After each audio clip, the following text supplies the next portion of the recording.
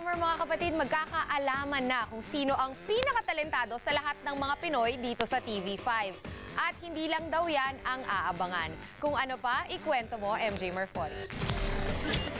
Galing pa silang Hong Kong, Singapore, at Dubai. Pero kung sila ay bumirit, Someone like you. certified pang talentadong Pinoy. Si Agapita, na tinuguri ang karaoke queen ng Hong Kong, matagal na raw pinangarap na makilala ang kanyang talento. Pero inuna muna ang pangarap para sa mga anak. Kung noon ginawa ko, baka hindi ko sila mapatapos mag-aral. Sina Penny naman na mula ring Hong Kong at Kevin na galing Dubai, muling nakauwi ng Pilipinas dahil sa talentadong Pinoy. Iba talaga ang Pilipinas. Iba talaga yung simoy. Ilan lang sila sa mga balikbayan sa talentadong Pinoy International Auditions. At magka-grand showdown naman sa Marso.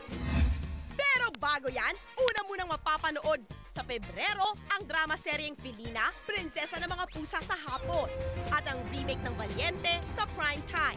Siguradong aabangan din ng reality shows na Extreme Makeover Home Edition Philippines, Amazing Race, The Biggest Game Show on Earth, at Temptation Island Dare to Win ngayong 2012.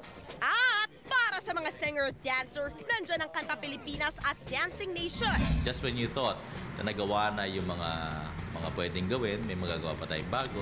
Ipapakilala na rin daw sa mga susunod na linggo ang pinakaunang big star na lilipat sa TV5 ngayong 2012. A big who and a what.